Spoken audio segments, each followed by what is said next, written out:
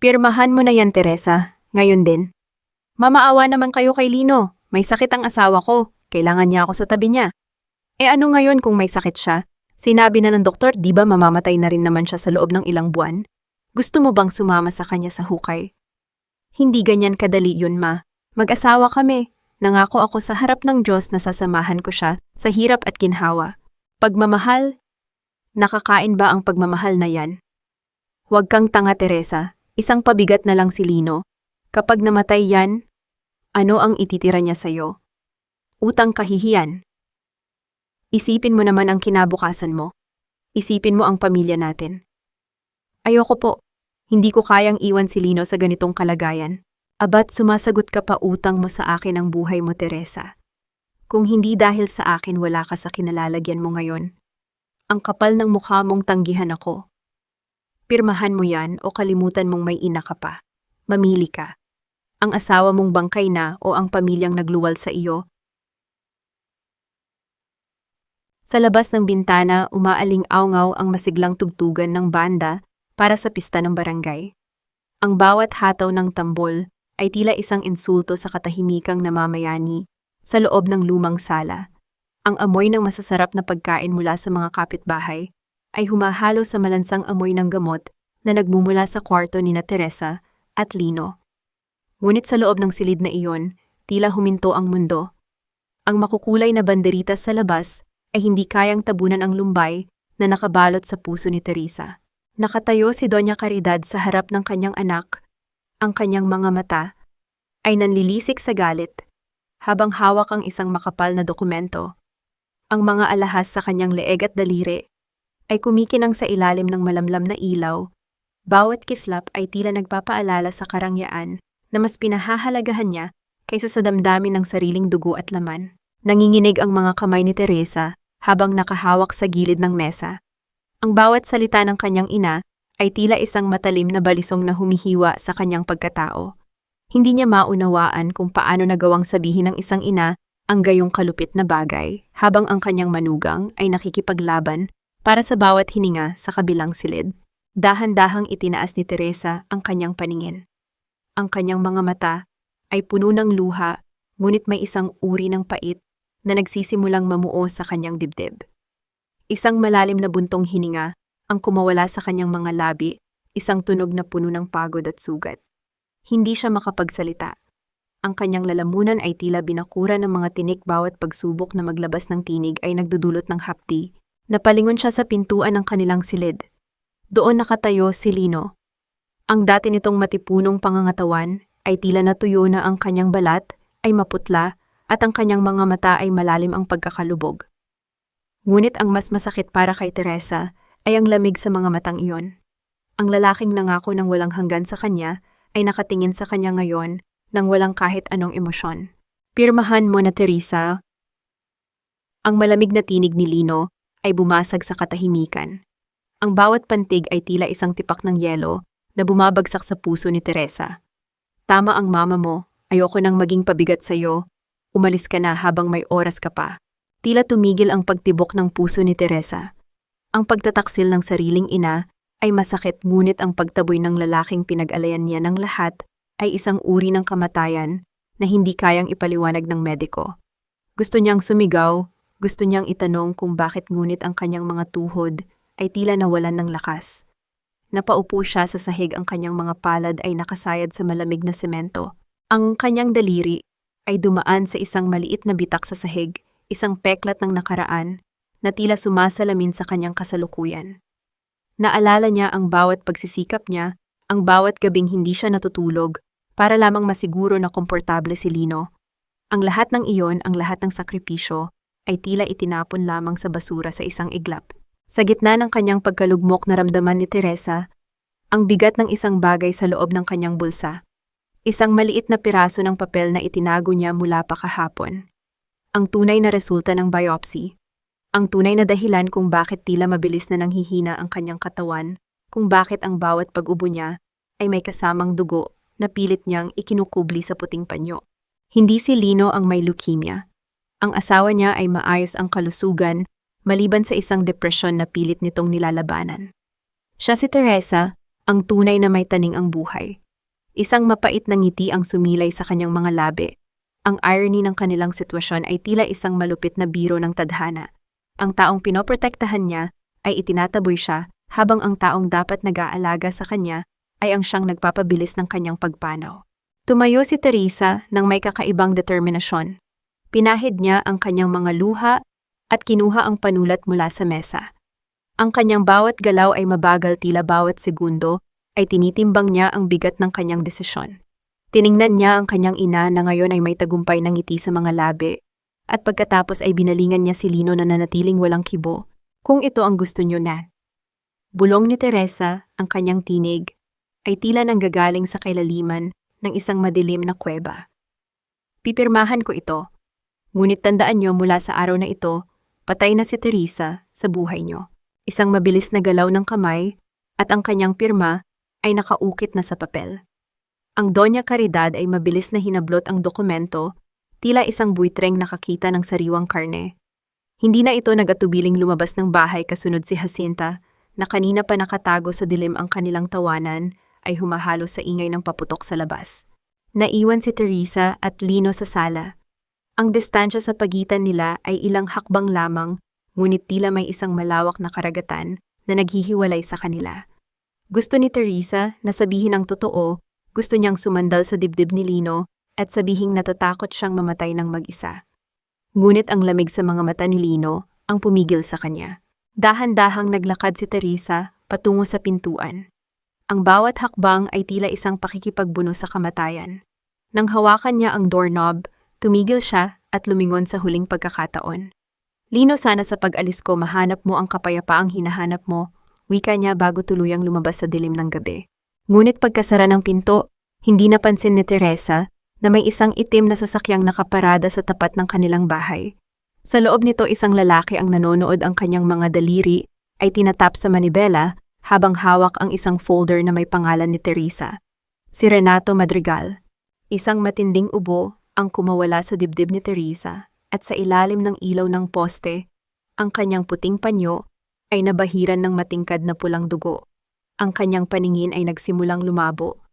At ang huling narinig niya ay ang isang pamilyar na boses na tumatawag sa kanyang pangalan, isang boses na hindi dapat naroon.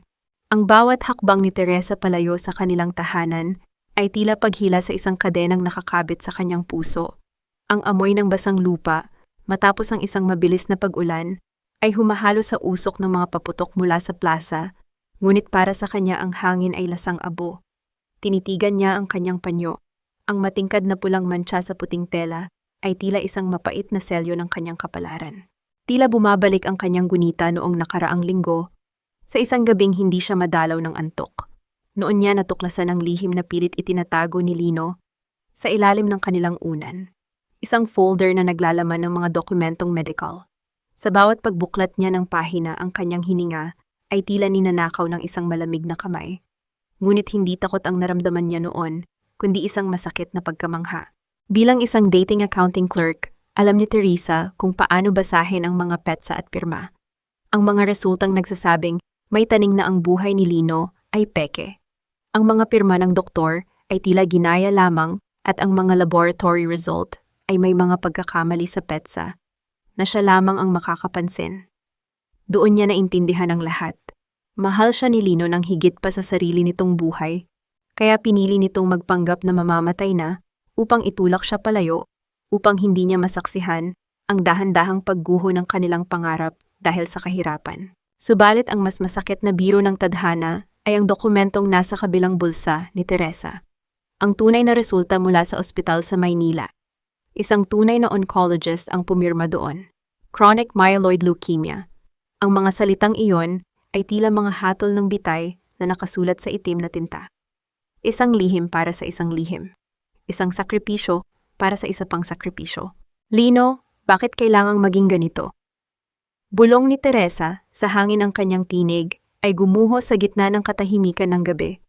Habang naglalakad siya sa madilim na pasilyo, patungo sa bahay ng kanyang ina, naririnig niya ang malalakas na tawanan mula sa loob. Ang bahay ni Doña Caridad ay laging puno ng ingay, hindi ng kagalakan, kundi ng mga planong laging may kinalaman sa pera. Pumasok si Teresa nang hindi gumagawa ng ingay tila isang anino na naglalakad sa sariling libingan. Sinasabi ko sa iyo, Jacinta, pirma na lang ng dokumentong iyon at sa atin na ang lupa sa likod, ang boses ni Doña Caridad ay puno ng kasabikan tila isang batang nakakuha ng bagong laruan. Mabuti na lang at naging madali ang lahat. Akala ko ay magmamatigas pa ang iyong pinsan. Naku tita, alam niyo naman si Teresa. Isang banggit lang ng utang na loob tiklop na yan, sagot ni Jacinta na sinundan ng isang mapang-uyam na tawa. Pero sigurado ba kayo kay Renato mukhang masyadong mabilis ang pag-alok niya ng tulong sa atin? Huwag kang praning, Jacinta. Si Renato ang susi natin para ma-convert ang property na iyon sa isang resort. At ang insurance ni Lino. Kapag natapos na ang lahat tayo ang makikinabang. Hindi naman marunong humawak ng pera ang asawa ni Teresa. Mas mabuting mapunta sa atin ang pondo kaysa mauwi lang sa mga gamot na wala namang silbi. Nakahilig si Teresa sa pader sa labas ng kusina.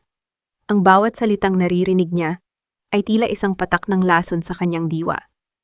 Ang kanyang sariling ina, ang babaeng nagluwal sa kanya, ay binibilang na ang mga perang makukuha mula sa pagkamatay na inaakala nilang darating kay Lino. Hindi nila alam na ang insurance na iyon ay hindi kailanman magagamit ni Lino dahil ang asawa niya ay hindi tunay na may sakit. Ngunit ang mas mahalaga, hindi nila alam na ang perang iyon ang tanging pag-asa ni Teresa para sa kanyang sariling pagpapagamot. Isang matinding hapdi ang gumuhit sa kanyang sikmura, dahilan upang mapakapit siya sa gilid ng cabinet. Ang bawat pagtibok ng kanyang puso ay tila isang babala na paubos na ang kanyang oras. Gusto niyang sumugod sa loob, isigaw ang lahat ng kawalang katarungang nararamdaman niya, ngunit pinigilan niya ang kanyang sarili. Hindi pa ito ang tamang oras. Dahan-dahan siyang umakyat sa maliit na silid sa itaas, ang kwartong tinuluyan niya bago siya ikasal. Doon sa ilalim ng madilim na ilaw, kinuha niya ang isang lumang kwaderno. Sa loob nito, nagsimula siyang magsulat ng mga pangalan, petsa at halaga. Ang mga mata niya, bagamat pagod at puno ng lumbay, ay nagningning ng isang uri ng apoy na hindi kailanman nakita ni Doña Caridad. Kung ituring niyo ako ay parang isang gamit na pwedeng ipagpalit sa ginto, nagkakamali kayo, bulong niya sa sarili. Ang huling hininga ko ay hindi para sa inyo. Ito ay para sa hustisyang ipinagkait niyo sa amin ni Lino. Sa ibaba, narinig niya ang pagbukas ng pinto at ang isang malalim na boses ng lalaki. Narito na ba ang mga dokumento? Ito si Renato Madrigal. Ang boses nito ay kalmado ngunit may dalang panganib, tila isang ahas na naghihintay ng tamang pagkakataon para tumuklaw. Narito na, Renato. Pirmahan na lang ni Teresa ang pangalawang papel at tapos na ang usapan, Juana. Sagot ni Doña Caridad nang may halong pagmamalaki. Siguraduhin niyo lang na hindi siya magdududa, wika ni Renato. Dahil kapag nalaman niyang ang bahay na ito ay nakasanla na sa akin bago pa man mamatay ang asawa niya, baka gumawa siya ng eksena. Nanigas ang buong katawan ni Teresa. Ang bahay, ang tanging alaala ng kanyang ama, ay nakasanla na isang butil ng luha. Ang pumatak sa kanyang kwaderno, nabura ang huling salitang isinulat niya. Ang kanyang galit ay hindi na lamang isang apoy. Ito ay naging isang dambuhalang sunog na handang tumupok sa lahat ng kasinungalingan sa paligid niya. Kinuha ni Teresa ang kanyang cellphone at tiningnan ang huling mensahe ni Lino. I'm sorry, Teresa. Please be happy without me. Hinalikan niya ang screen ng telepono, ang kanyang puso ay pumipintig sa sakit at pag-ibig. Maghintay ka lang, Lino.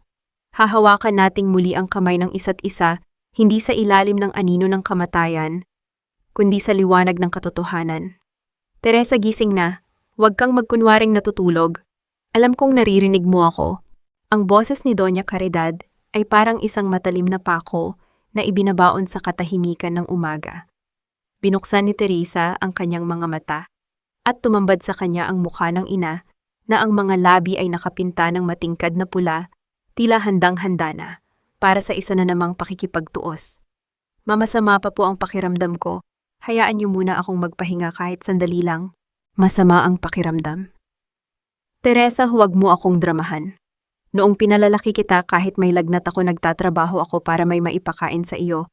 Iyan ba ang igaganti mo sa akin? Ang maging tamad sa oras na kailangan ka ng pamilya mo. Hindi po sa ganun, ma. Pero kagagaling ko lang sa, wala akong pakialam kung saan ka galing. Ang kailangan ko ngayon ay ang password ng online account ni Lino para sa insurance nyo. Sabi mo kagabi ibibigay mo sa akin ang lahat para makatulong sa pagpapatayo ng resort ni Renato. Bakit ngayon ay tila nag-aalinlangan ka na naman? Nakalimutan mo na ba ang utang na loob mo sa akin? Ang gatas na dumidede mo ang tisyo na ipinampunas ko sa dumi mo noong bata ka pa lahat. Yan ay may halaga, Teresa. Nakatitig lamang si Teresa sa kisame ng silid na puno ng agyo. Ang bawat salita ng kanyang ina ay tila isang mabigat na tanikala na dahan-dahang pumupulupot sa kanyang leeg sinasakal. Ang bawat pangarap na natitira sa kanya. Ito ang tinatawag nilang utang na loob, isang utang na kahit kailan ay hindi mababayaran ng kahit anong halaga ng salapi. Dahil ang interes nito ay ang mismong kaluluwa at kalayaan ng anak. Ibibigay ko po, ma. Huwag niyo lang po akong sigawan pa. Mahinang tugon ni Teresa. Ang kanyang tinig ay tila isang tuyong dahon na tinangay ng hangin. Kailangan ko lang makuha ang lumang phone ni Lino sa bahay namin. Mabuti, mag-ayos ka na.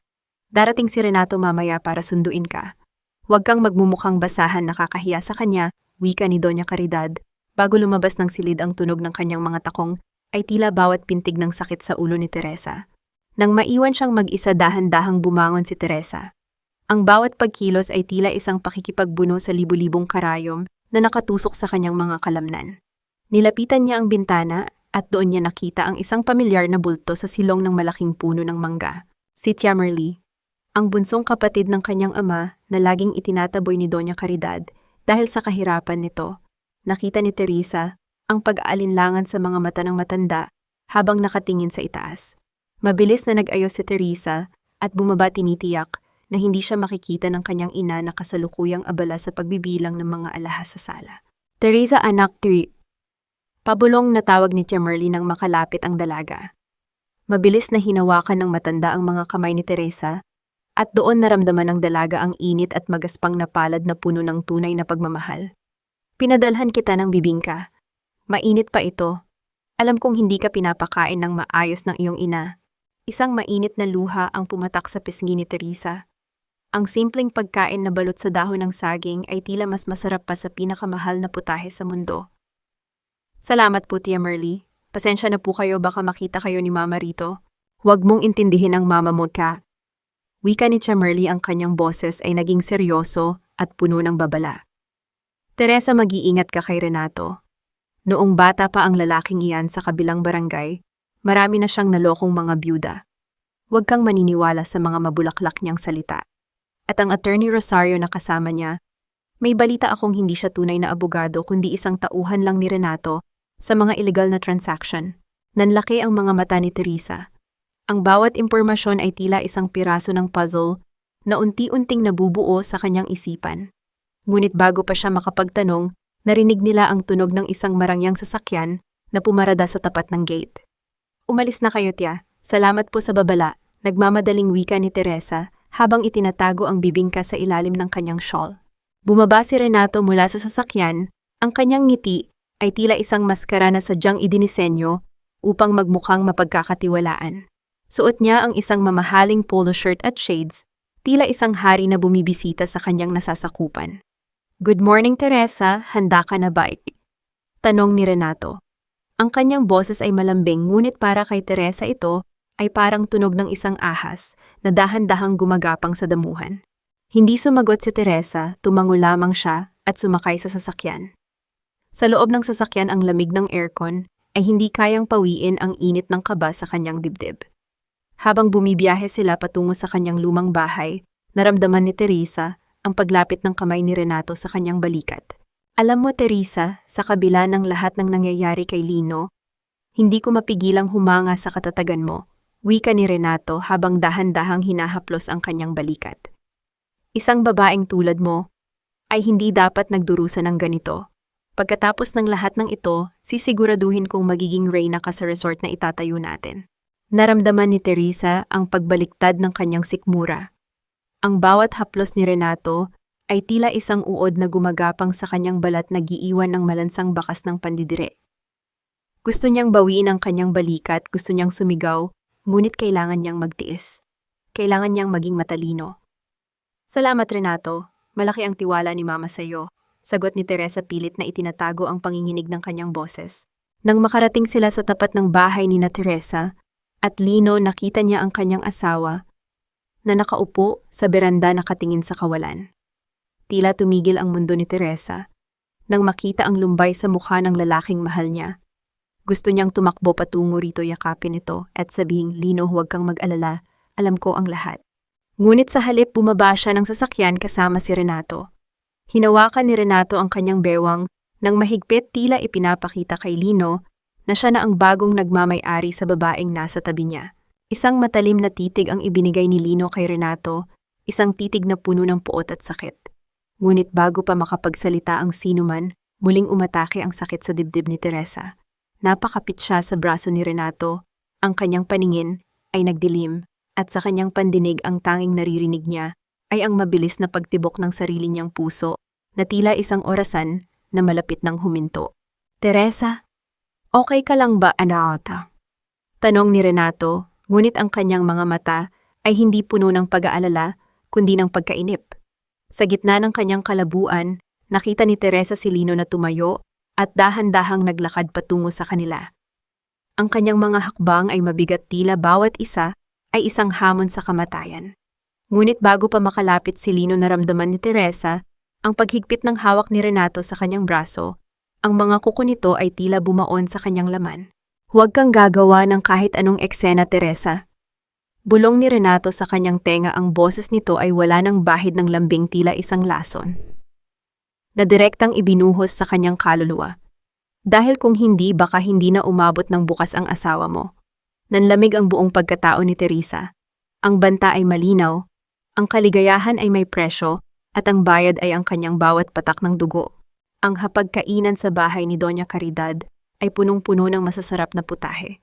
Umaalingaw-ngaw ang bango ng crispy pata at lechon kawali sa buong silid, isang halimuyak na dapat sana ay nagbibigay ng kagalakan, ngunit para kay Teresa, ito ay amoy ng pagkabulok. Nakaupo siya sa dulo ng mesa sa isang silyang medyo mabuhay, habang sa harap niya ay may isang platong naglalaman lamang ng kaunting kanin at sabaw ng nilaga na wala man lang kahit isang pirasong karne. Tingnan mo itong bag ko, Teresa. Original ito, galing pa sa butik sa Makati. Pagmamalaki ni Jacinta habang iwinawagayway ang isang mamahaling designer bag sa harap ng mukha ng pinsan. Ang tunog ng pagtama ng kadena ng bag sa mesa ay tila isang malakas na sampal sa kahirapan ni Teresa. Sabi ni Renato, advance gift daw ito dahil sigurado na ang pirma mo sa mga documents bukas. Napakagalante talaga ng magiging business partner natin. Hindi kumikibo si Teresa.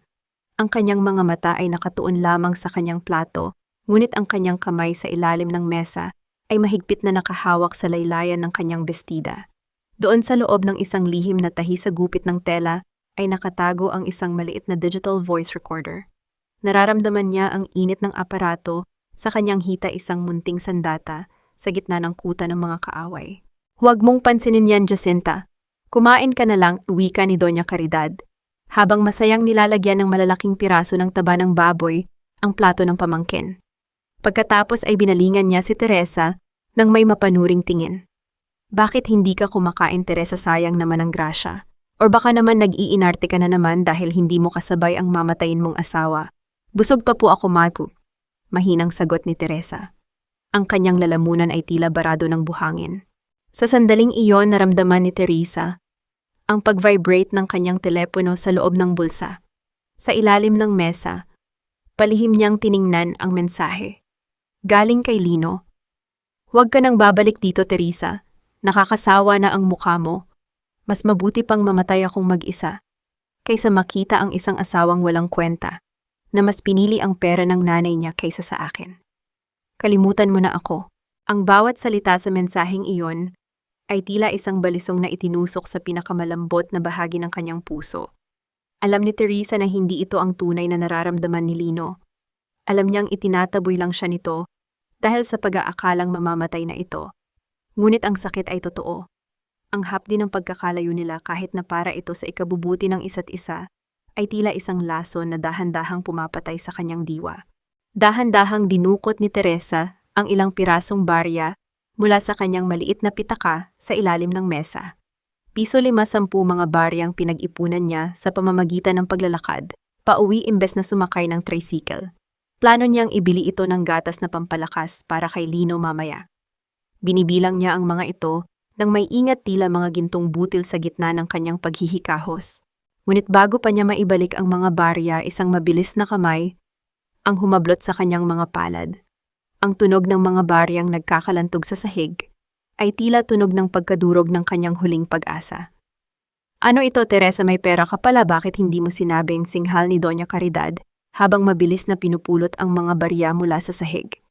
Kulang pa ito sa pambayad ko sa mahjong mamaya. Isipin mo na lang na abulo mo na ito sa amin dahil sa pagpapatuloy sa iyo rito. Mapambili po yan ng gatas ni Lino. Kailangan niya yan. Pagsusumamo ni Teresa, ang kanyang boses ay nanginginig sa pagitan ng galit at iyak. Gatas para sa isang taong malapit ng mabulok sa hukay. Huwag kang mag-aksaya ng pera, Teresa. Gamitin mo ang utak mo, wika ng ina, bago tumayo at isilid ang mga barya sa kanyang mamahaling pitaka. Nararamdaman ni Teresa ang isang mainit na likido na dahan-dahang umaakyat sa kanyang lalamunan. Isang ubo ang pinilit niyang pigilin, ngunit ang lasa ng bakal, ang lasa ng kanyang sariling dugo, ay nananatili sa kanyang dila. Tumingin siya kay Jacinta na abala sa pagkuha ng selfie, kasama ang kanyang bagong bag, at kay Doña Caridad na wala nang ibang iniisip kundi ang sugal. Ang kanyang kalungkutan ay unti-unting napapalitan ng isang matigas at malamig na determinasyon. Kung ang pamilyang ito ay handang kumain ng masasarap na pagkain habang hinahayaan siyang mamatay sa gutom at sakit, kung gayon, ay hindi na siya dapat mag-alinlangan. Sino ba talaga si Attorney Rosario sa gitna ng tawanan ng dalawa na banggit ni Jacinta na may darating na bisita bukas para sa pirmahan, isang taong mas mataas pa kay Renato na siyang tunay na utak sa likod ng pagbili ng property. Isang pangalan ang nabanggit nila na tila pamilyar kay Teresa mula sa mga lumang dokumento ng kanyang ama. Habang nagliligpit ng mesa, hindi napansin ni Teresa na ang dulo ng kanyang recorder ay lumabas ng bahagya mula sa tahi ng kanyang damit. Nanlaki ang mga mata ni Jacinta nang makakita siya ng isang maliit na kumikislap na pulang ilaw sa laylayan ng bestida ni Teresa.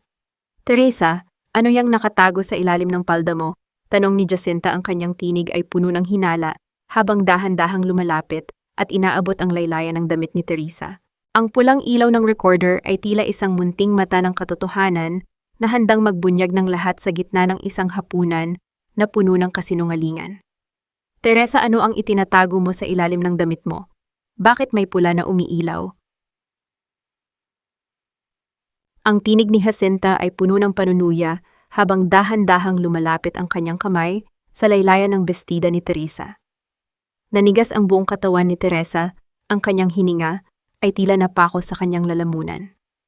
Ang bawat sentimetro ng paglapit ng daliri ni Jacinta ay tila paglapit ng isang hatol na wawakasan ang lahat ng kanyang plano. "Bitawan mo ako, Jacinta. Huwag mo akong hawakan." "Bakit ka natatakot? May itinatago ka ba? Matingnan mo itong si Teresa, mukhang may gadget na dala." "Ano yan, Teresa? Hindi ba't sinabi ko sa iyong huwag kang gagawa ng anumang kalokohan?" Ang boses ni Doña Caridad ay dumagundong sa sala, puno ng hinala. Sa isang mabilis na pag-iisip, hinawakan ni Teresa ang kanyang dibdib at pilit na pinatunog ang kanyang paghinga na tila kinakapos. Pinindot niya ang off button ng recorder sa pamamagitan ng tela at mabilis na nagsalita bago pa man mahawakan ni Jacinta ang aparato. "Health monitor ito, ma. Ibinigay ng klinika dahil madalas akong mahilo. Gusto niyo bang makita ang resulta ng paghihirap ko dahil sa pagtatrabaho para sa inyo? Gusto niyo bang malaman kung gaano nakahina ang puso ko?" Ang lamig sa boses ni Teresa at ang pamumutla ng kanyang mukha ay nagpatigil kay Jacinta. Ang katotohanang may sakit nga siya, bagaman hindi nila alam kung gaano kalala ang naging panangga niya. Inirapan lamang siya ni Jacinta at bumalik sa pag-upo habang si Doña Caridad ay nagpatuloy sa pag-aayos ng kanyang buhok, tila nawalan na ng interes sa oras na nalamang walang kinalaman sa pera ang usapin. Kinabukasan, sa ilalim ng pagkakataong iniwan siyang mag-isa sa opisina ni Renato habang ang kanyang ina ay abala sa pakikipag-usap sa mga supplier, mabilis na kumilos si Teresa. Ang bawat tibok ng kanyang puso ay tila isang tambol na nagbababala sa panganib. Binuksan niya ang isang folder na naiwan sa ibabaw ng mesa. Doon bumulaga sa kanya ang katotohanan. Si Renato ay hindi isang resort developer. Siya ay isang mastermind ng isang malaking Ponzi scheme. Ang property ni Teresa at Lino ay gagamitin lamang na pambayad sa mga naunang biktima ni Renato. Ang bawat dokumentong pinapipirmahan sa kanya ay hindi para sa negosyo, kundi para sa tuluyang pag-ilit sa kanilang ari-arian nang walang makukuhang kahit isang duling na sentimo ang kanyang pamilya. Narinig ni Teresa ang papalapit na mga yabag sa pasilyo. Mabilis niyang isinara ang folder at bumalik sa pagkakaupo sa sofa. Ang kanyang mga kamay ay nanginginig habang pilit na pinapakalma ang kanyang sarili. Nang hapong iyon nagawa ni Teresang makatakas sandali upang bisitahin ang kanilang lumang bahay. Nadatnan niya si Lino na nakaupo sa dilim, tanging ang liwanag ng buwan ang nagbibigay ng anyo sa kanyang malungkot na figura. Walang salitang namutawi sa kanilang mga labi. Dahan-dahang lumapit si Teresa at mula sa likuran ay niyakap niya ng mahigpit ang kanyang asawa. Isinubsob niya ang kanyang mukha sa likod ni Lino, nilalanghap ang pamilyar na amoy ng kanyang sabon at pawis. Isang amoy na para sa kanya ay amoy ng tahanan. Naramdaman ni Teresa ang paninigas ng katawan ni Lino, ngunit hindi ito kumawala. Sa halip narinig niya ang isang pigil na hikbi mula sa lalaki. Ang init ng katawan ni Lino at ang marahang paghaplos nito sa mga kamay ni Teresa na nakayakap sa kanya ay tila isang gamot na pansamantalang nagpahinto sa kirot ng kanyang karamdaman. Sa sandaling iyon, sa gitna ng mga kasinungalingan at pingpapanggap ang kanilang mga puso, ay nag-uusap sa wikang tanging sila lamang ang nakakaunawa. Isang yakap na puno ng pamamaalam, ngunit puno rin ng pangakong hindi bibitiw. Ngunit ang langit ay tila walang awa. Nang humiwalay si Teresa sa yakap at nagsimulang maglakad palayo upang hindi siya mahuli ni Renato, biglang umikot ang paligid. Ang lupa ay tila naging malambot na putik, at ang hangin ay naging masikip. Isang matalim na sakit ang gumuhit mula sa kanyang likod patungo sa kanyang dibdib. Napasandal siya sa pader ng bakod. Ang kanyang paningin ay nababalot ng mga itim na tuldok. Sinubukan niyang tumawag kay Lino, ngunit walang boses na lumabas. Nadama niya ang malapot at mainit na likidong lumalabas sa kanyang ilong. Dugo. Napaluhod si Teresa sa malamig at maduming kalsada. Walang tao sa paligid. Ang katahimikan ng gabi ay tila isang higanting kumot na dahan-dahang bumabalot sa kanya upang ibaon siya sa limot. Sa gitna ng kanyang panghihina, tanging ang mukha ni Lino ang kanyang nakikita. Hindi pa pwedeng ngayon, bulong niya sa kanyang isipan bago tuluyang dumilim ang lahat. Nang magising si Teresa, makalipas ang ilang oras, natagpuan niya ang kanyang sarili sa isang maliit na klinika. Ngunit ang nakapagtataka, hindi si Lino ang nasa tabi niya, kundi si Attorney Rosario. Ang abogado ay nakatingin sa kanya nang may halong lungkot at takot. Hawak ang dugo ang panyo ni Teresa. Alam ko ang totoo, Teresa. Alam ko kung ano ang sakit mo, Enanti. Mahinang wika ni Rosario. At kailangan mong malaman na hindi lang ikaw ang biktima ni Renato rito. Bago pa makasagot si Teresa, bumukas ang pinto ng klinika at pumasok si Lino. Ang kanyang mga mata ay nanlilisik sa galit nang makita si Attorney Rosario na kasama ang kanyang asawa. Sa kanyang kamay hawak ni Lino ang isang botelya ng gamot na nahulog ni Teresa sa kalsada, isang gamot na para sa chemotherapy. Teresa, ipaliwanag mo sa akin, bakit ang pangalan mo ang nakasulat sa gamot na ito? Ang tanong ni Lino ay tila isang kulog na bumasag sa lahat ng pader ng proteksyon na itinayo ni Teresa. Ang lihim na itinago sa ilalim ng unan ay tuluyan ng nabulgar sa ilalim ng malupit na liwanag ng katotohanan. Lino, makinig ka, hindi iyan ang iniisip mo. Hindi ba nakasulat dito ang pangalan mo, Teresa Citarabine? Daunorubicin, mga gamot ito para sa may leukemia. Bakit mo ito itinatago sa akin? Bakit mo hinahayaang ako ang magmukhang may sakit habang ikaw ang dahan-dahang nauubos? Ang tinig ni Lino ay bumasag sa katahimikan ng maliit na klinika. Ang bawat salita niya ay punong-puno ng pait, isang uri ng galit na nagmumula sa sobrang pagmamahal na nayurakan ng sikreto. Nakatayo si Teresa sa gilid ng kama, ang kanyang katawan ay nanginginig at ang kanyang mga mata ay hindi makatingin ng diretso sa asawa. Sa pagitan nila, ang bote ng gamot ay tila isang granada na kapag sumabog ay wawasak sa huling piraso ng kanilang pagsasama. Hahawakan sana ni Lino ang balikat ni Teresa, ngunit mabilis na humarang si Attorney Rosario. Ang kanyang pagkilos ay kalmado, ngunit may awtoridad, isang pader na namamagitan sa dalawang pusong nag-aapoy sa sakit. Mr. Rodriguez, huminahon ka. Hindi ito ang oras para sa pagsisihan. Ang asawa mo ay kailangang magpahinga, wika ni Rosario. At sino ka naman ikaw ang abogadong kasama ni Renato? Di ba anong ginagawa mo rito? Anong kinalaman mo sa asawa ko? Ang singhal ni Lino. Ang kanyang mga kamao ay nakakuyom sa tindi ng pagkalito. Huminga ng malalim si Rosario at tumingin sa labas ng bintana, kung saan ang anino ng gabi ay tila mas lalong kumakapal. Kasama ako ni Renato dahil kapatid ko siya. Pero narito ako ngayon dahil ako ang taong pinakamasasaktan kapag nagtagumpay siya. Ninakaw niya ang lahat mula sa amin, pati na ang pondo para sa operasyon ng nanay namin. Iniwan niya kaming naghihingalo habang siya ay nagpapakasasa sa pera ng ibang tao. Hindi ko hahayaang gawin niya rin yan sa inyo. Ang katotohanan iyon ay tila isang malamig na tubig na ibinuhos kay Lino. Unti-unting lumuwag ang kanyang pagkakakuyom ng palad. Napatingin siya kay Teresa, na ngayon ay tahimik na umiiyak ang mga balikat ay dahan-dahang gumagalaw sa bawat hikbi. Dahan-dahang lumapit si Lino kay Teresa. Hindi nagalit ang nasa kanyang mga mata kundi isang walang hanggang pagsisisi. Hinawakan niya ang mga kamay ng asawa, ang mga kamay na dati ay malusog at puno ng buhay, ngunit ngayon ay tila mga tuyong sanga na madaling mabali. Inilapit niya ang mga palad ni Teresa. Sa kanyang mukha, hinahalikan ng bawat daliri, habang ang kanyang sariling mga luha ay bumabasa sa balat ng asawa. Patawarin mo ako, Teresa. Nagpanggap akong may sakit para iligtas ka sa kahirapan, para itaboy ka palayo sa gulo.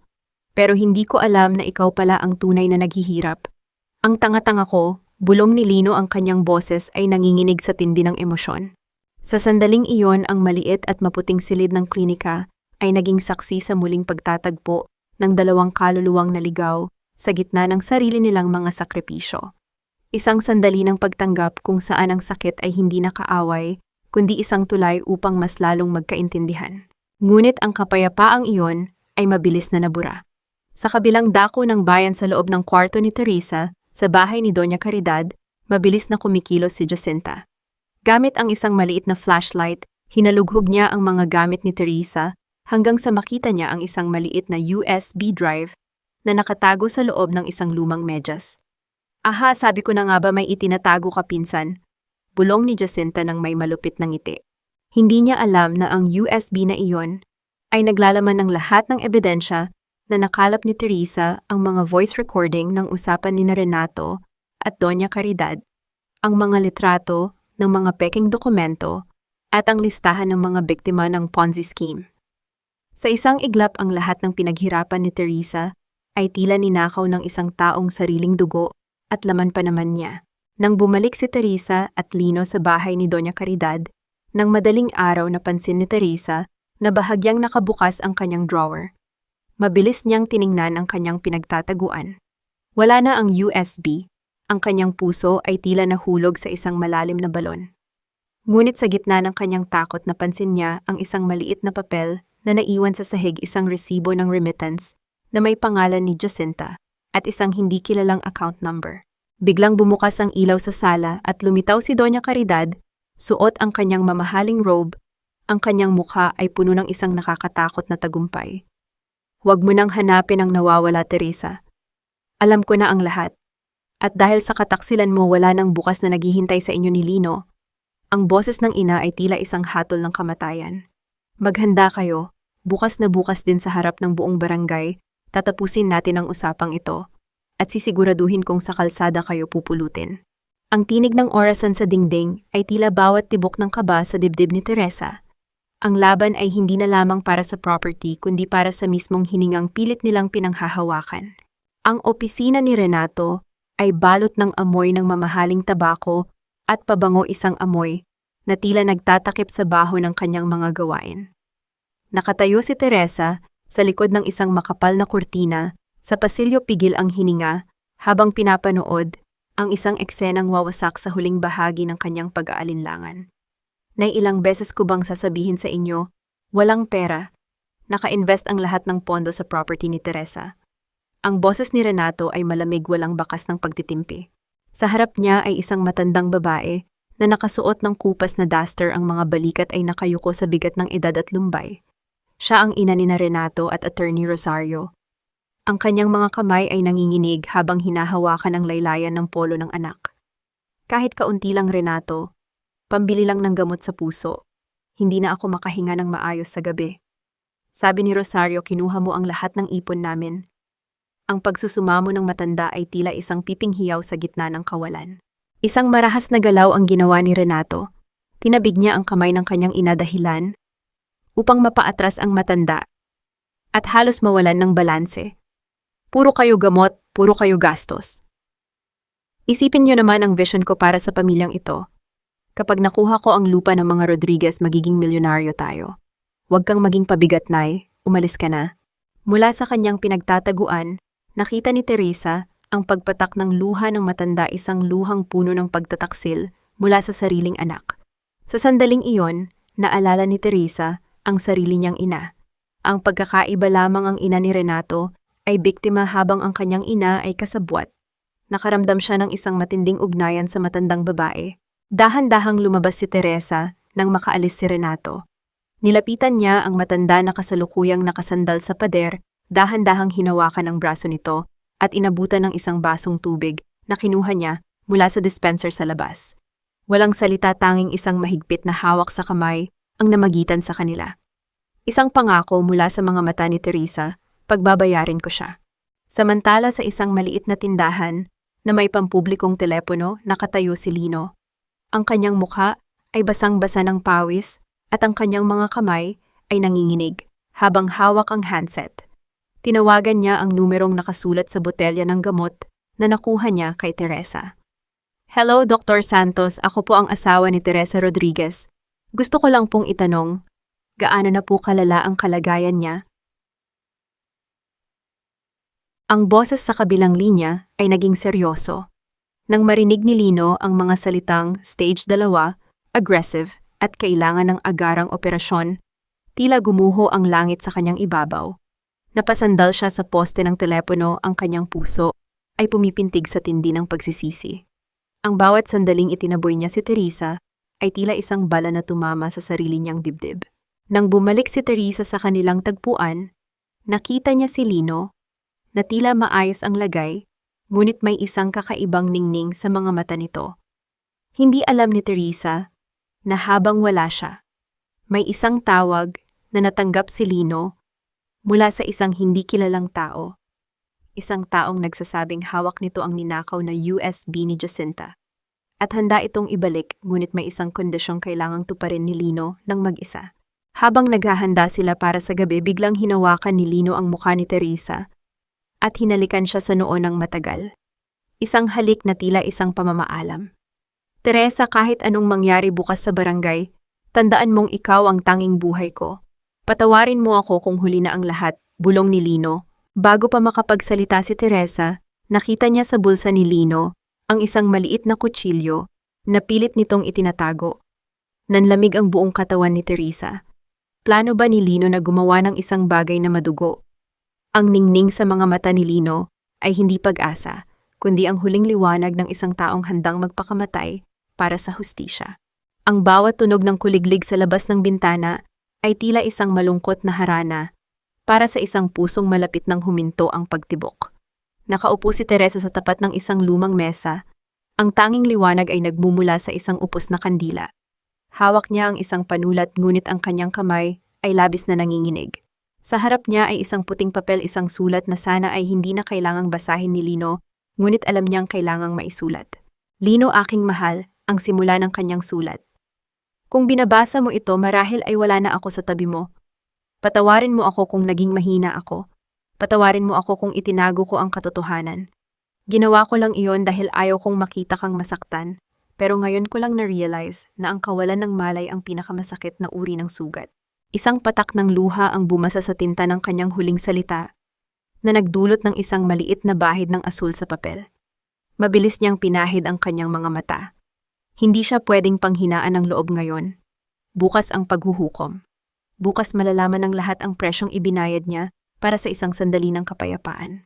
Sa kabilang dako ng bayan sa bahay ni Doña Caridad, ang kapaligiran ay puno ng isang nakakasulasok na tagumpay. Natutulog ang matandang babae ng may ngiti sa mga labi, tila nananaginip ng mga gintong alahas at mga lupang kanyang makakamkam.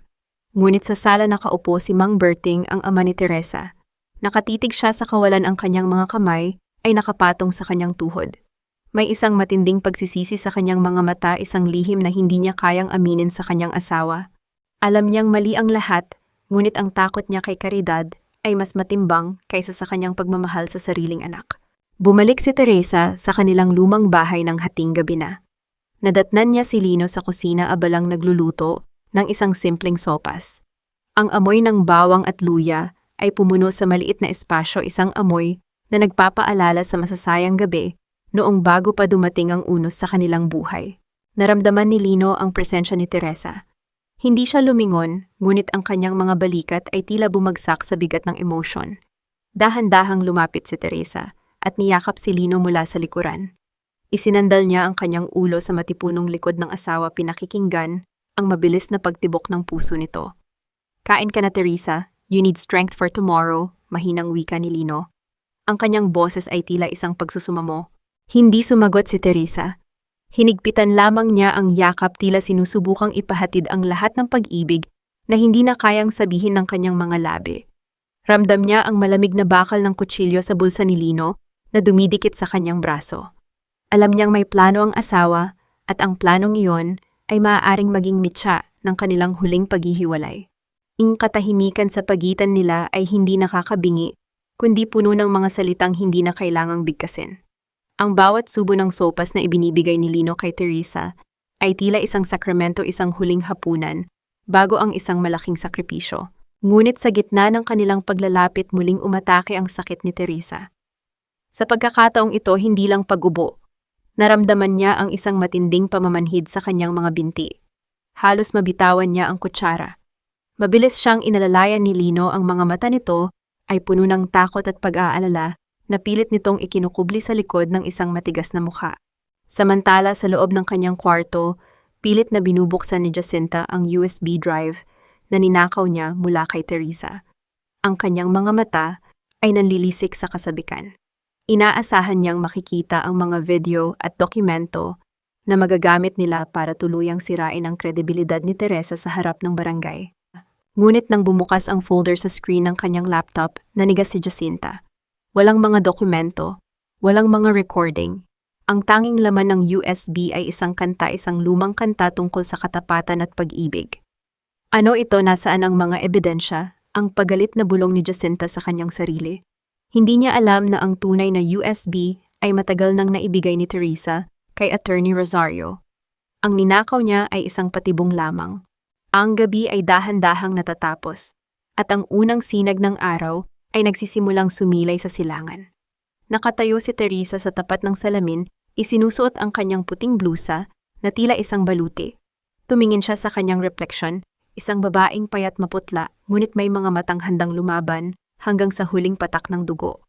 Biglang may kumatok sa pintuan ng malakas. Hindi ito ang kumatok na ordinaryo. Ito ay ang tunay na hatol. "Teresa, Lino, lumabas na kayo. Hinihintay na kayo sa barangay hall." Ang boses ni Renato ay umalingaw-ngaw sa buong paligid, puno ng isang mapanirang kagalakan. Hinawakan ni Lino ang kamay ni Teresa ng mahigpit. "Teresa, remember, no matter what happens, don't let go of my hand." Ngunit habang naglalakad sila palabas, napansin ni Teresa ang isang hindi kilalang sasakyan na nakaparada sa di kalayuan, at ang taong bumaba rito ay ang huling taong inaasahan niyang makikita sa araw na ito. Ang bawat hakbang patungo sa barangay hall ay tila bawat tibok ng isang bombang, malapit ng sumabog, wawasak sa lahat ng maskara at maglalantad sa tunay na mukha ng kasamaan. "Kapitan, ayan na ang anak kong walang utang na loob. Ayan ang babaeng mas pinili ang sariling kagustuhan kaysa sa kapakanan ng pamilyang nagluwal sa kanya." Ang tinig ni Doña Caridad ay bumasag sa maingay na bulungan sa loob ng barangay hall. Nakaupo siya sa gitna, may hawak na panyong puti na idinidiin sa kanyang mga mata, tila isang inang hapon na at wasak ang puso.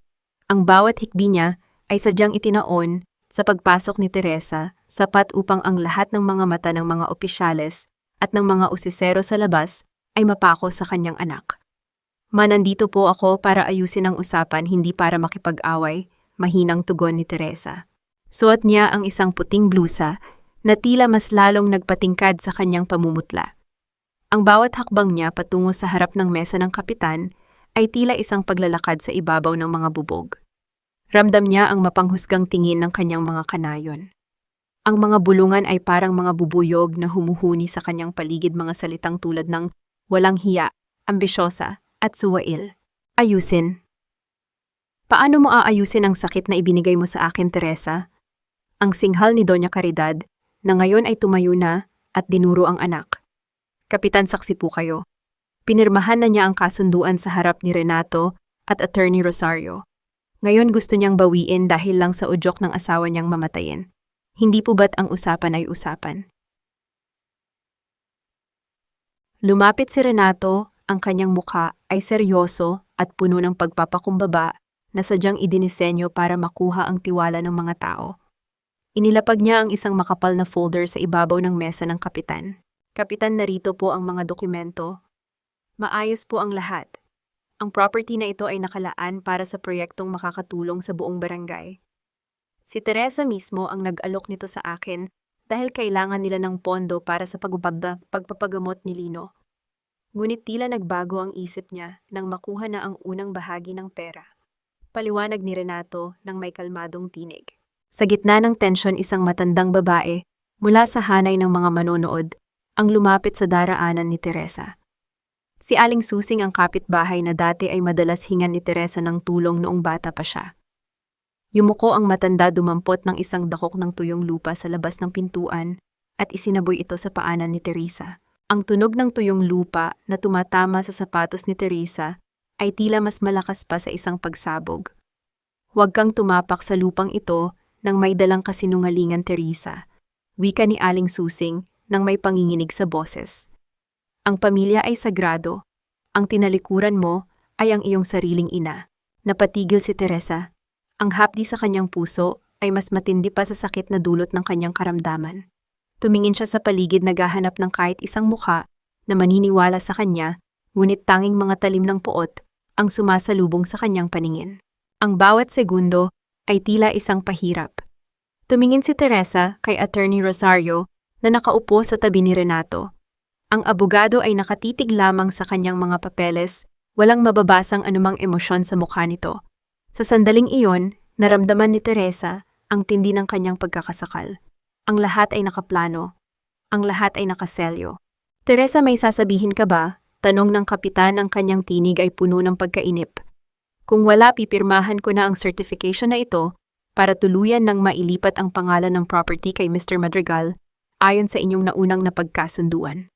Kapitan, hindi niyo po naintindihan? Ang pagsusumamo ni Teresa, ngunit ang kanyang boses ay naging paos. Isang matinding ubo ang biglang kumawala sa kanyang dibdib. Kinailangan niyang humawak sa gilid ng mesa upang hindi matumba.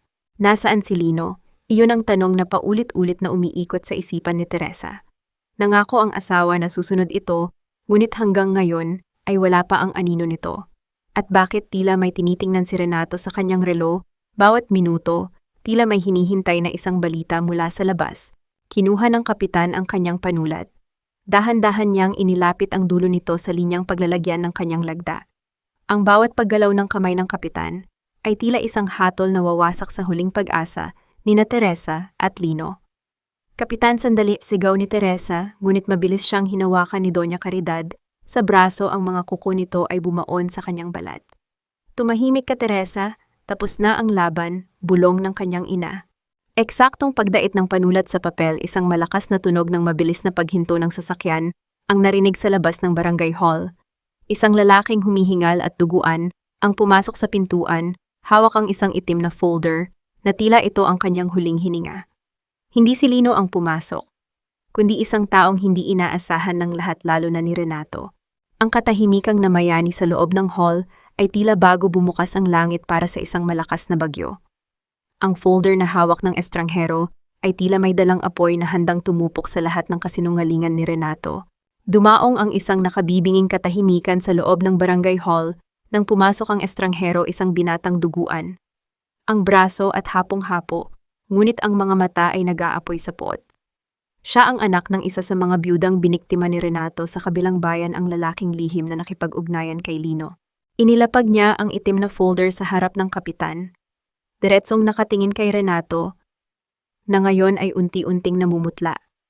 Huwag mong pipirmahan yan, kapitan. Ang lalaking yan ay isang mandarambong. Narito ang listahan ng lahat ng lupang kinuha niya sa pamamagitan ng pananakot at panloloko. Anong kahibangan ito? Hindi ko kilala ang batang ito. Ang pasigaw na depensa ni Renato, ngunit ang panginginig ng kanyang boses ay hindi nakatakas sa pandinig ng mga tao. Kapitan, ituloy natin ang pirmahan. Huwag tayong magpaabala sa isang kriminal. Sa gitna ng kaguluhan, dahan-dahang tumayo si Teresa. Hindi siya sumigaw, hindi siya nagmakaawa. Ang kanyang tinig, bagamat mahina dahil sa hirap na paghinga, ay umalingaw-ngaw ng may kakaibang awtoridad na nagpatahimik sa lahat. Tama na, Renato, tapos na ang palabas mo. Humarap si Teresa sa madla sa mga taong kani-kanina lang ay nagsasaboy ng lupa sa kanyang paanan. Kinuha niya ang isang puting sobre mula sa kanyang bag at dahan-dahang inilabas ang mga dokumentong medikal na pilit niyang ikinubli. Sinasabi niyo na wala akong utang na loob. Sinasabi niyo na pinabayaan ko ang asawa ko para sa pera. Narito ang katotohanan, wika ni Teresa habang nanginginig ang kamay na itinaas ang kanyang tunay na biopsy report. Hindi si Lino ang mamamatay. Ako. Ako ang may leukemia. Ang asawa ko ay malakas at walang sakit. Nagpanggap siya dahil gusto niya akong iligtas, dahil ang tanging paraan para makakuha kami ng pondo sa insurance ay kung siya ang may sakit.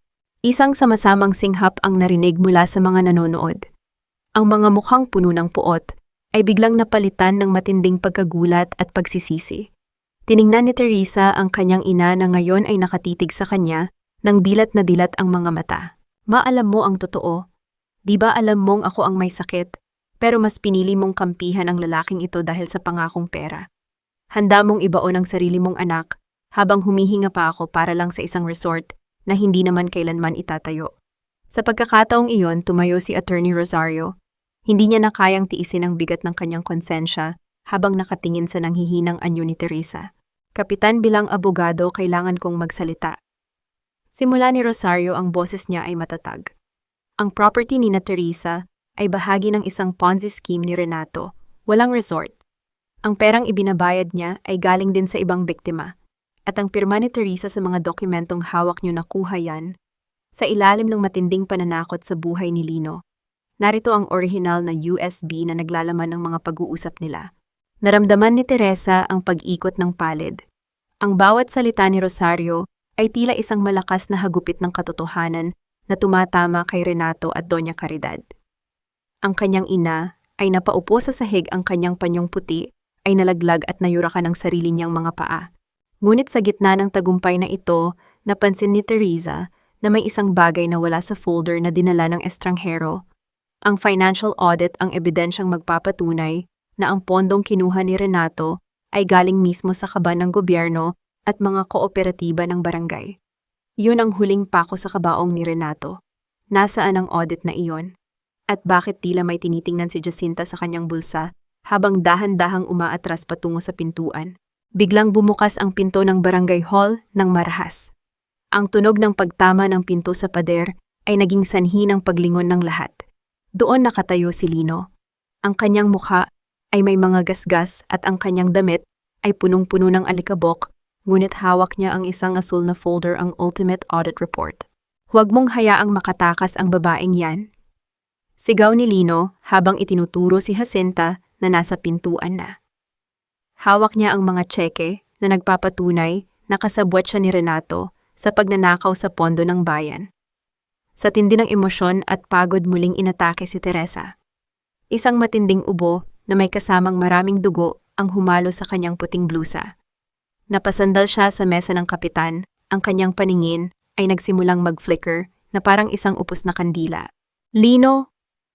Bulong niya bago tuluyang nawalan ng lakas ang kanyang mga tuhod.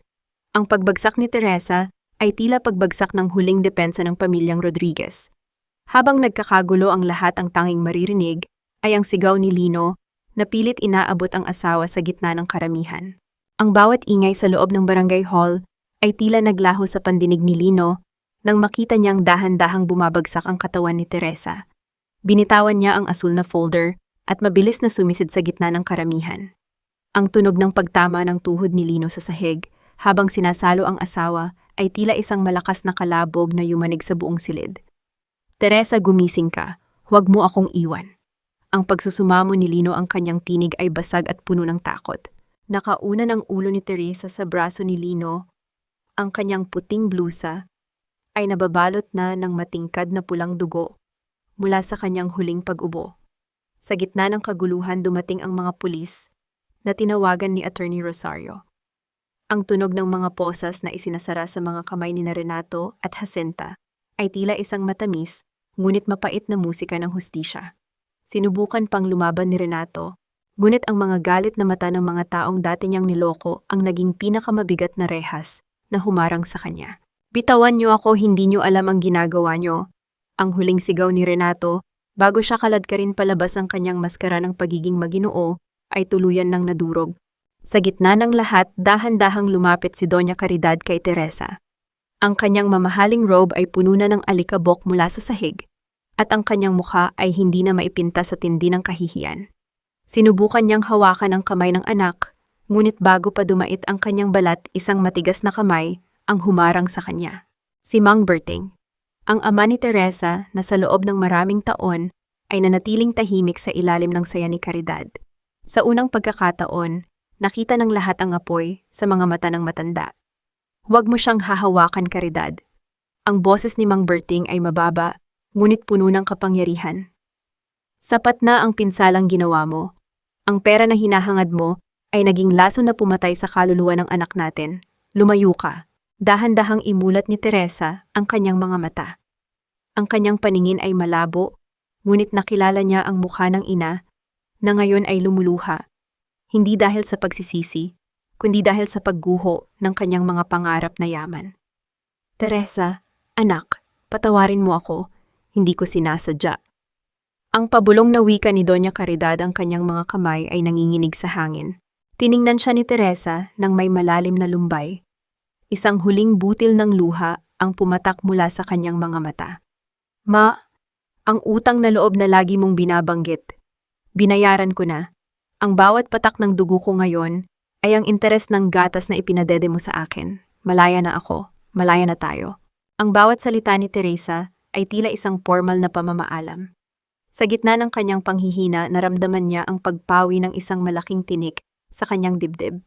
Ang tanikala ng tungkulin na gumagapos sa kanya sa loob ng 3 dekada ay tuluyan ng naputol, ngunit ang kapalit nito ay ang kanyang huling lakas.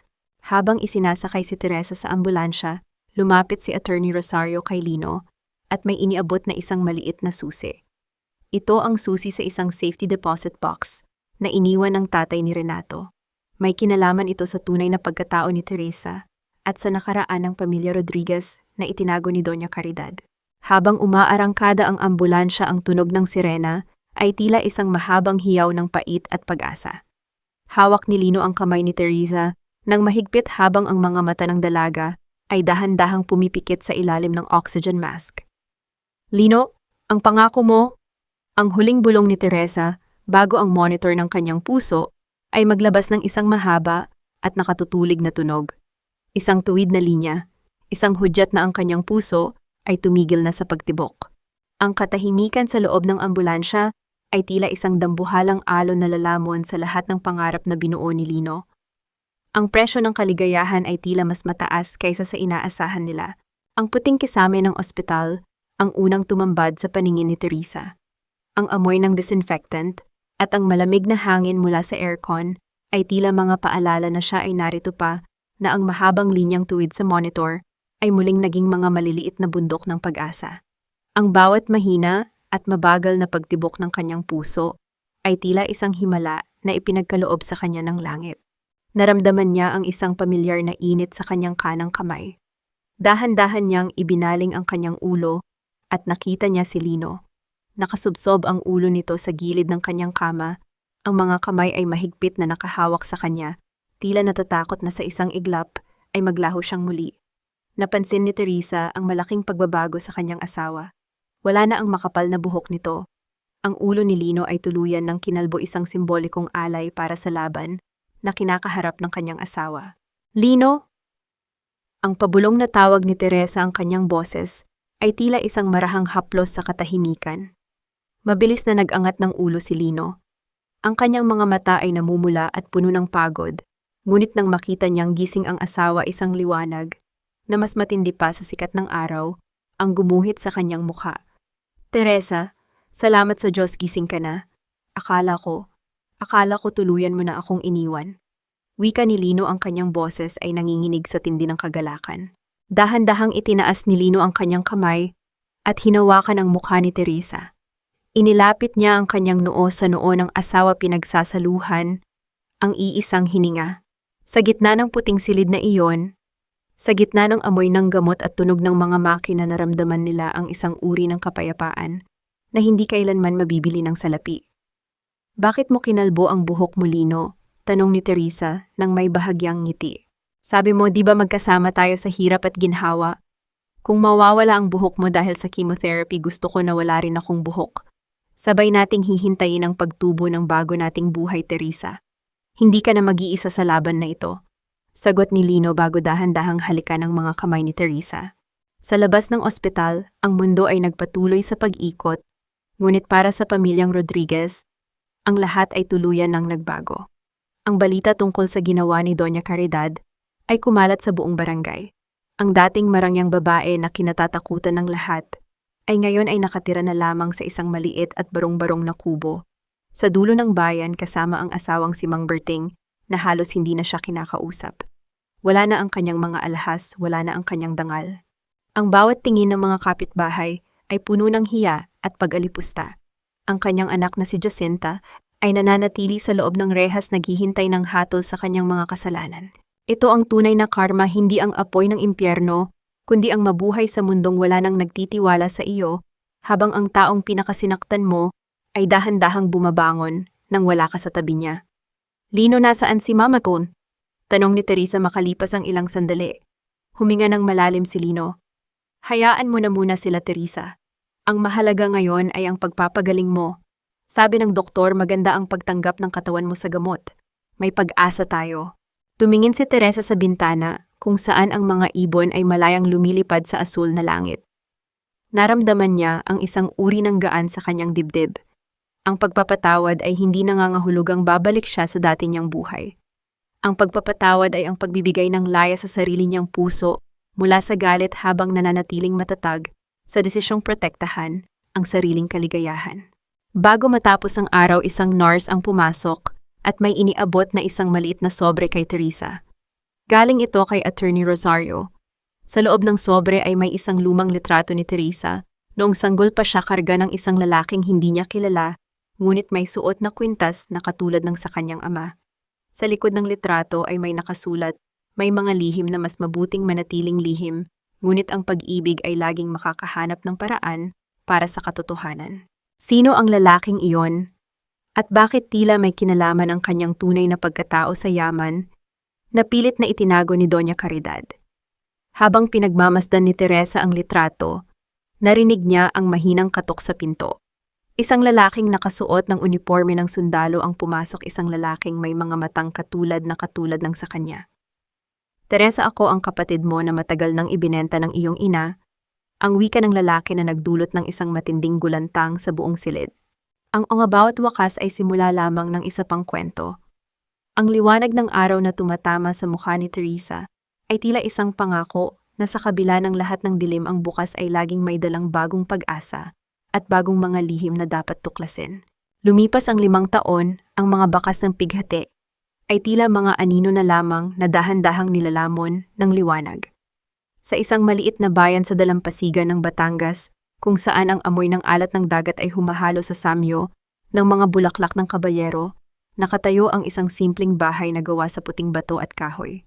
Ito ang bahay ni Teresa, isang maliit na pundasyon para sa mga pasyenteng may leukemia na walang kakayahang magpagamot.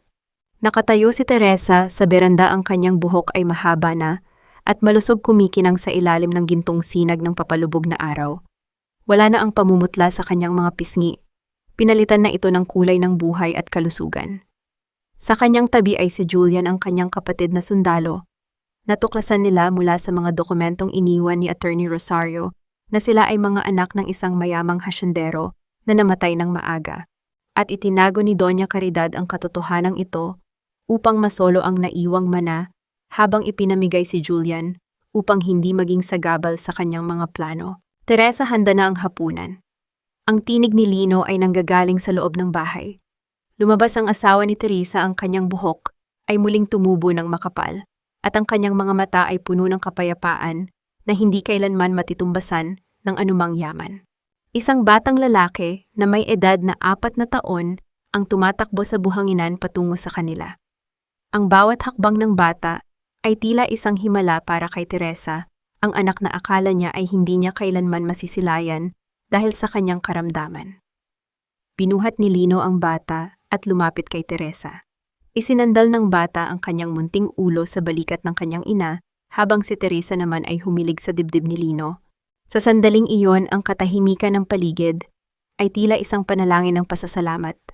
Ang tunay na presyo ng kaligayahan ay hindi ang dami ng pera sa bangko, kundi ang kakayahang huminga ng malaya sa tabi ng mga taong tunay na nagmamahal sa iyo. Isang hapon habang bumibili ng mga supply sa palengke sa kabayanan, natanaw ni Teresa mula sa malayo ang isang matandang babae. Ang babae ay nakaupo sa isang maduming semento, may hawak na baso at nanlilimos sa mga dumadaan. Ang kanyang buhok ay magulo at puting-puti na, at ang kanyang mga mata ay tila wala nang nakikitang pag-asa. Si Doña Caridad. Huminto si Teresa. Naramdaman niya ang isang pamilyar na kirot sa kanyang puso, ngunit wala na ang galit. Wala na ang puot na dati ay sumasakal sa kanya. Dahan-dahan siyang lumapit at naglagay ng isang balot ng mainit na pagkain at sapat na halaga ng pera sa tabi ng matanda. Hindi siya nagpakilala. Hindi siya nagsalita. Tiningnan lamang niya ang ina ng may isang uri ng pagpapatawad na para sa kanyang sariling kapayapaan. Nang tumalikod si Teresa, narinig niya ang mahinang tawag ng matanda. "Salamat, Nasmet! Salamat, mabait na anak." Hindi lumingon si Teresa. Alam niyang ang pagpapatawad ay hindi nangangahulugang pagbabalik sa nakaraan. Ito ay ang pag-iwan sa mga pasakit upang makalakad ng matuwid patungo sa hinaharap. Ang hustisya ay naibigay na ng tadhana at ang kanyang tungkulin ay ang mabuhay ng may dignidad. Habang naglalakad palayo si Teresa, naramdaman niya ang isang mahinang hangin na humahaplos sa kanyang mukha. Tumingin siya sa langit at nakita ang isang puting ibon na malayang lumilipad patungo sa malawak na karagatan. "Salamat, Papa." Bulong niya, inaalala ang kanyang ama na siyang nagtanim ng unang binhi ng kabutihan sa kanyang puso. Nang makabalik siya sa kanyang bahay, niyakap niya si Lino ng mahigpit. "Lino, alam mo ba, ang presyo ng kaligayahan ay hindi pala ganoon kamahal. Kailangan mo lang bitawan ang mga bagay na akala mo ay kailangan mo para makuha ang mga bagay na talagang mahalaga." Ngumiti si Lino at hinalikan ang kanyang noo. "At ang pinakamahalaga sa lahat, Teresa, ay nandito ka." Ang dahan-dahang paglubog ng araw ay nag-iwan ng kulay ube at ginto sa kalangitan isang hudyat na ang gabi ay hindi na dapat katakutan dahil ang bawat dilim ay may kasunod na isang bagong umaga.